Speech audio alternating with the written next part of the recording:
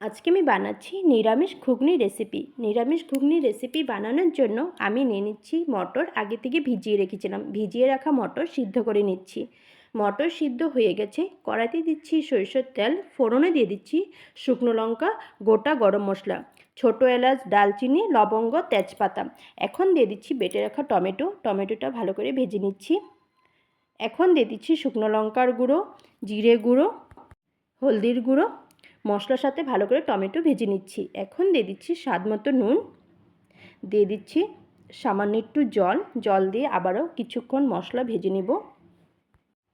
মশলা ভাজা হয়ে গেছে, এখন দিয়ে দিচ্ছি সিদ্ধ করে রাখা মটর।